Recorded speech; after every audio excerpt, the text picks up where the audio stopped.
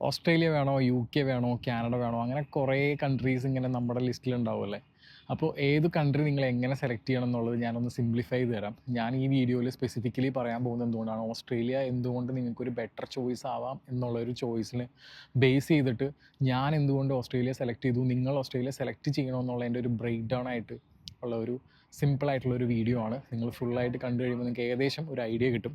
ഇപ്പോൾ നാട്ടിൽ ഒരു ട്രെൻഡ്, കുറച്ച് നാളായിട്ടുള്ളൊരു ട്രെൻഡാണ്, നമുക്ക് ഏതെങ്കിലും ഒരു എബ്രോഡ് കൺട്രിയിൽ പോയാലാണ് രക്ഷപ്പെടാൻ പറ്റുള്ളൂ. പാരൻസും സ്റ്റുഡൻസും എല്ലാവരും എങ്ങോട്ടെങ്കിലും പോകണം എന്നുള്ളൊരു ധൃതിയിൽ ഓടിക്കൊണ്ടിരിക്കുന്ന സമയമാണ്. ബട്ട് നിങ്ങളൊരു കാര്യം മനസ്സിലാക്കേണ്ടതെന്ന് വെച്ച് കഴിഞ്ഞാൽ ഓൾമോസ്റ്റ് ഇപ്പോൾ എല്ലാ കൺട്രീസും നമ്മുടെ ആൾക്കാരെ കൊണ്ട് നിറഞ്ഞിരിക്കുകയാണ്. സോ നിങ്ങൾ റൈറ്റ് ആയിട്ടുള്ളൊരു ചോയ്സ് എടുത്ത്, റൈറ്റ് ആയിട്ടുള്ളൊരു യൂണിവേഴ്സിറ്റി എടുത്ത്, റൈറ്റ് ആയിട്ടുള്ളൊരു പാത്ത് എടുത്ത് പോയില്ലെങ്കിൽ അവിടെ ചെന്ന് കഷ്ടപ്പെടാൻ പോകുന്നത് നിങ്ങളാണ്. നിങ്ങൾ ഏകദേശം കുറേ യൂട്യൂബ് ചാനലുകളും വീഡിയോസും കണ്ടപ്പോൾ അവിടുത്തെ ലൈഫ് അത്ര ഈസി അല്ല എന്നുള്ള കാര്യം നിങ്ങൾ മനസ്സിലാക്കുക. അപ്പോൾ വെറുതെ ഇപ്പം എല്ലാവരുടെയും ഒരു ഡ്രീം എന്താണെന്ന് വെച്ച് കഴിഞ്ഞാൽ എബ്രോഡ് പോകണം, അതാണ് ഡ്രീം. അതിന് വേണ്ടിയിട്ട് നിങ്ങൾ മാക്സിമം കഷ്ടപ്പെടും, എല്ലാ കാര്യങ്ങളും ചെയ്യും. പക്ഷേ ഒരു കാര്യം നിങ്ങൾ മനസ്സിലാക്കണം എന്ന് പറഞ്ഞു കഴിഞ്ഞാൽ എബ്രോഡ് ചെല്ലുന്നതല്ല ഡ്രീം. അവിടെ ചെന്നിട്ട് നല്ലൊരു ലൈഫ് സെറ്റിൽ ചെയ്തെടുക്കുക, അവിടെ സെറ്റിലാവുക, അല്ലെങ്കിൽ ക്യാഷ് പൈസ സമ്പാദിക്കുക, അങ്ങനെ കുറേ ഒരു ആഗ്രഹങ്ങളുണ്ടല്ലോ, അതായിരിക്കണം നിങ്ങളുടെ മെയിൻ ആയിട്ടുള്ള ഡ്രീം. പോകുന്നതാണ് നിങ്ങളുടെ ഡ്രീം. അവിടെ ചെന്നിട്ട് ബാക്കി നോക്കാം എന്ന് വിചാരിച്ചിട്ട് നിങ്ങളിപ്പോൾ സ്റ്റാർട്ട് ചെയ്ത് കഴിഞ്ഞാൽ നിങ്ങൾ ചെന്ന് പെടാൻ പോകുന്നത് വലിയൊരു കുരുക്കിലേക്കായിരിക്കും. കാരണം എന്താണെന്ന് വെച്ച് കഴിഞ്ഞാൽ ഇപ്പോൾ ഈ ഏജൻസികളായാലും ഇപ്പോൾ ഇഷ്ടംപോലെ ആൾക്കാർ കുറേ സ്റ്റുഡൻസിനെ ക്യാൻവാസ് ചെയ്തിട്ട് നമ്മൾ പുറത്തേക്ക് വിടുന്നുണ്ട്. എന്താ കാരണം എന്ന് വെച്ച് കഴിഞ്ഞാൽ it's a big business. Agencies ഇത് വലിയൊരു ബിസിനസ് ആക്കിയിട്ട് ഇതൊരു ട്രെൻഡാക്കി മാറ്റിയതും ഏജൻസീസ് തന്നെയാണ്. ഇപ്പോൾ നമ്മളിപ്പോൾ നോക്കുമ്പോൾ നല്ല കാര്യങ്ങൾ മാത്രമാണ് നമ്മുടെ യൂട്യൂബ് ചാനലുകളിലും അല്ലെങ്കിൽ നമ്മൾ സോഷ്യൽ മീഡിയ വഴി കാണുന്നത്. അവിടെ ചെന്നുള്ള കഷ്ടപ്പാടുകൾ ഇപ്പോൾ കുറച്ച് വർഷമായിട്ടൊക്കെ പുറത്തേക്ക് വന്നു തുടങ്ങിയിട്ടുണ്ട്. സോ നിങ്ങൾ കറക്റ്റായിട്ട് റൈറ്റ് ആയിട്ടുള്ള ചോയ്സ് എടുത്ത് പോയിട്ടില്ലെങ്കിൽ അവിടെ ചെന്ന് കഷ്ടപ്പെടാൻ പോകുന്നത് നിങ്ങൾ തന്നെയാണ്, വേറെ ആരുമല്ല.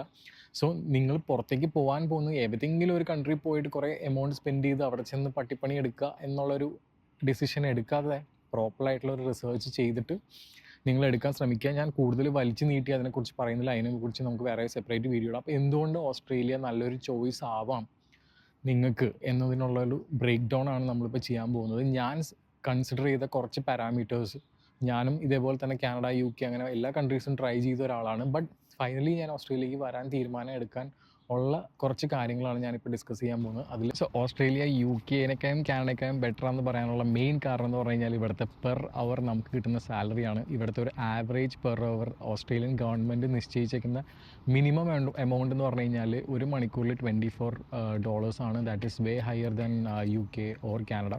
അത് നമ്മുടെ എപ്പോഴും നമ്മുടെ ഒരു ഫസ്റ്റ് ചോയ്സ് ആയിരിക്കുമല്ലോ, അത് തന്നെയാണ് ഒരു മെയിനായിട്ടുള്ളൊരു കാരണം. സെക്കൻഡ് നമ്മൾ കൺസിഡർ ചെയ്യേണ്ട മെയിൻ ഫാക്ടർ എന്ന് പറഞ്ഞു കഴിഞ്ഞാൽ നമ്മൾ പോകുന്ന കൺട്രിയിലെ ക്ലൈമറ്റ് ആൻഡ് ലൈഫ് സ്റ്റൈലാണ്.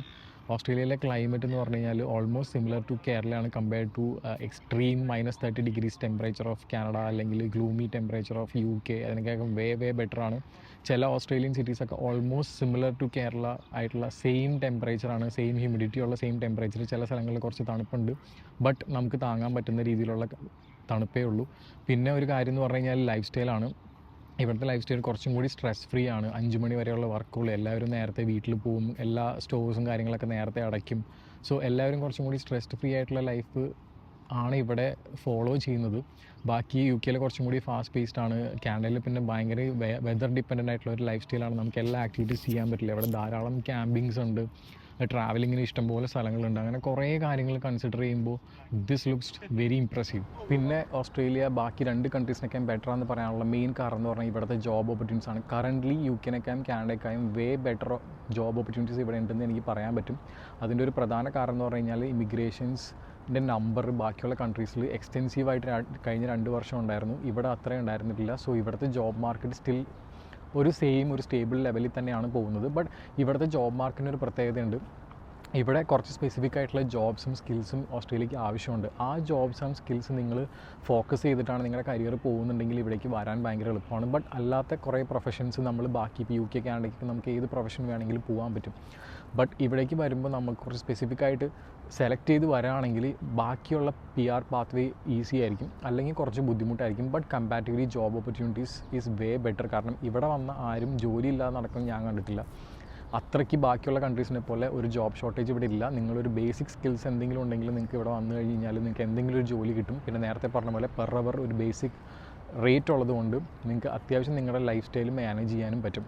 സോ ഡെഫിനറ്റ്ലി നിങ്ങൾ ഏതൊരു കൺട്രി സെലക്ട് ചെയ്യുമ്പോഴും നിങ്ങൾ കൺസിഡർ ചെയ്യേണ്ട ഒരു മെയിൻ ഫാക്ടറാണ് അവിടുത്തെ ഇപ്പോഴത്തെ ജോബ് ഓപ്പർച്യൂണിറ്റീസ്, പഴയതല്ല ഇപ്പോഴത്തെ. അടുത്തൊരു ഫാക്ടർ എന്താണെന്ന് വെച്ച് കഴിഞ്ഞാൽ PR പാത്ത് വേ. നമ്മളെപ്പോഴും എബ്രോഡ് പോകുന്നത് നല്ലൊരു കൺട്രി സെലക്ട് ചെയ്ത് പോകുന്ന അവിടെ എന്തായാലും സെറ്റിൽ ആവാനും അവിടുത്തെ പെർമനൻറ്റ് റെസിഡൻസി കിട്ടാൻ വേണ്ടിയിട്ടാണ്. കാരണം അവിടുത്തെ പെർമനൻറ്റ് റെസിഡൻസി കിട്ടിക്കഴിഞ്ഞാൽ മാത്രമാണ് അവിടുത്തെ കംപ്ലീറ്റ് ഫെസിലിറ്റീസ് നമുക്ക് യൂസ് ചെയ്യാൻ പറ്റുള്ളൂ, അതിൻ്റെ മാക്സിമം എന്താ പറയുക ആ ഒരു ആനുകൂല്യങ്ങളൊക്കെ നമുക്ക് കിട്ടുള്ളൂ. സോ അങ്ങനെ വെച്ച് നോക്കുമ്പോൾ എപ്പോഴും ഏറ്റവും ബെസ്റ്റ് കാനഡയും ഓസ്ട്രേലിയ ആയിരുന്നു. ബട്ട് ഓസ്ട്രേലിയ ടിപ്പിക്കലി കിട്ടാൻ ബുദ്ധിമുട്ടായതുകൊണ്ട് കാനഡ ആയിരുന്നു almost one of the favourite. But ഇപ്പോൾ കാനഡയിൽ കിട്ടാൻ വളരെ ബുദ്ധിമുട്ടാണ്. UK അങ്ങനെ ഒരു ചോയ്സേ ഇല്ല, നമുക്ക് കിട്ടാൻ വളരെ വളരെ ബുദ്ധിമുട്ടാണ്. ബട്ട് ആസ് ഓൺ നൗ പറയുകയാണെങ്കിൽ നിങ്ങളൊരു പ്രോപ്പറായിട്ട് നിങ്ങളൊരു സ്കിൽഡ് ആയിട്ടുള്ള ആയിട്ടാണ് ഇവിടെ വരുന്നത്. അതും സ്കില്ലെന്ന് പറഞ്ഞു കഴിഞ്ഞാൽ വലിയ വലിയ സ്കില്ലൊന്നുമല്ല.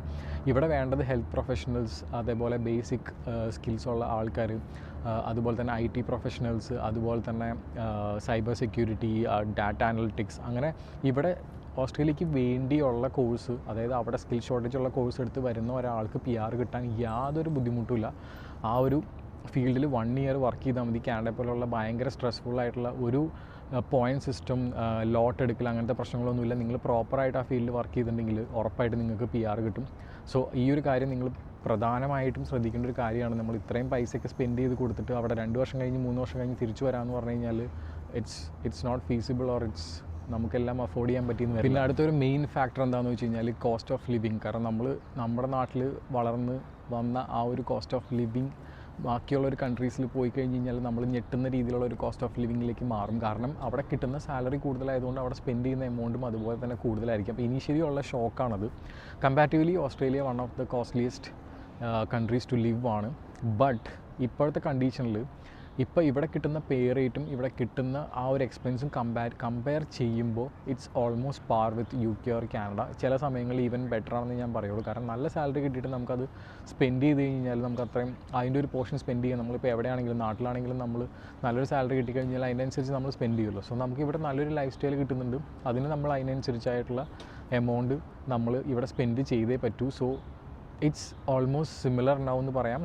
ബട്ട് എ ബിറ്റ് ഇനി കമ്മിങ് ഫ്യൂച്ചറിൽ ഇവിടെ ബെറ്റർ ആയിരിക്കുമെന്നാണ് എനിക്ക് തോന്നുന്നത്. പിന്നെ ഏറ്റവും പ്രധാനപ്പെട്ട ഒരു ഫാക്ടർ ഞാനും ഓസ്ട്രേലിയ സെലക്ട് ചെയ്യാനുള്ള ഒരു മെയിൻ കാരണം എന്താണെന്ന് വെച്ച് കഴിഞ്ഞാൽ ഇവിടുത്തെ ക്വാളിറ്റി ഓഫ് എഡ്യൂക്കേഷനാണ്. After US one of the best quality education നമുക്ക് കിട്ടുന്നത് ഓസ്ട്രേലിയയിലാണ്. ഈവൻ നമ്മൾ UK-യിലും കാനഡയിലും കൊടുക്കുന്ന എമൗണ്ടിന് കുറച്ച് കൂടുതലാണെങ്കിലും അതിന് കിട്ടുന്ന ഒരു value it's way higher. Australian ഡിഗ്രീന് നമ്മൾ ഏതൊരു കൺട്രി, ഈവൻ ദുബായ്, മിഡിൽ ഈസ്റ്റിൽ പോയി കഴിഞ്ഞാലും അവിടെ കിട്ടുന്ന സാലറിയിൽ പോലും അത്രയും വ്യത്യാസം നമുക്ക് ഓസ്ട്രേലിയൻ ഡിഗ്രി, ഓസ്ട്രേലിയൻ പാസ്പോർട്ട്സ് ഒക്കെ ഉണ്ടെങ്കിൽ നമുക്ക് കിട്ടും.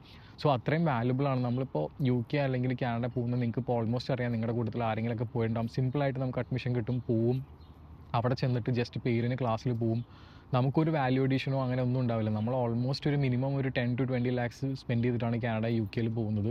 ഓസ്ട്രേലിയ പോവുകയാണെങ്കിൽ നമുക്കൊരു 30 lakhs അടുത്ത് നമുക്ക് സെൻഡ് ആവും.